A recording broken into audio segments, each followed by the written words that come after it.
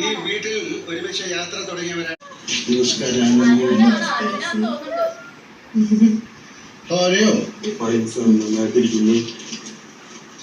ഞാനാണ് ആദ്യമായിട്ട് ഈ വീട്ടിൽ വരുന്നത്. ഇരിക്കും. പക്ഷെ കണ്ടസ്റ്റന്റ് എന്നുള്ള രീതിയിൽ ആദ്യം വന്ന ആള് അനീഷാണ്, രണ്ടാമത് വന്ന ആള് അനുഭവം.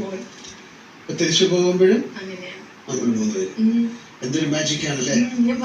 ഈ ഒരു മൊമെന്റിന് വേണ്ടിയിട്ടല്ലേ ഇവിടെ വന്ന എല്ലാവരും പ്രാർത്ഥിച്ചുകൊണ്ടിരുന്നത്. തീർച്ചയായിട്ടും പ്രേക്ഷകരുടെ പ്രീതി സമ്പാദിച്ച് 100 ദിവസം നിൽക്കുക എന്ന് പറയുന്നത് വലിയ കാര്യമാണ്. എന്തായാലും അത് അച്ചീവ് ചെയ്യാൻ സാധിച്ചു. കൺഗ്രാറ്റുലേഷൻസ്. ബിഗ് ബോസ് ഇതൊരു വളരെ അസുലഭ